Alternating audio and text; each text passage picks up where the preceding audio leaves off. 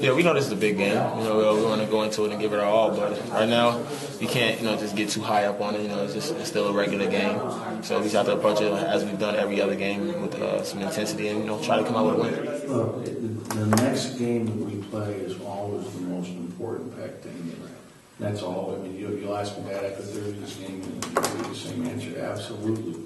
This is by far the most important game we play of the year. Always a little more when playing the top teams in in the conference, and playing for second place. It can easily change. Next week, somebody could lose. But we're just taking it a game at a time. Taking every game is the most important game of the season. Where Arizona's particularly effective is in transition. They're really good at transitioning from defense to offense on made or missed shots and creating. A number of situations where they really run the floor. They're athletic. When you look at their team, they may not be 6'10", 6'11", but they're athletic.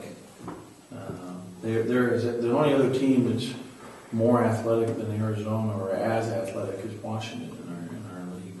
Oh yeah, there definitely is. We just want to slow them down as a team. They're really good on the transition break. So we have to be able to make sure our transition defense is really well. We're practicing on that every single day in practice to make sure that we get back and can defend and stop the ball in transition because they're a really good transition team. And we're also thinking about other players because I know Kyle Falk scored well against us both games at Arizona and at UCLA last year.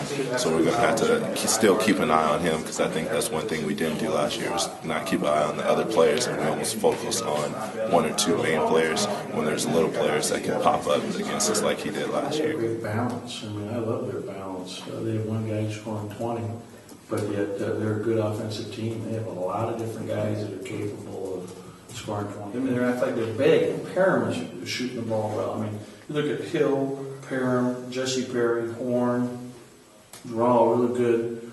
6'6", 6'7", 6 athletes.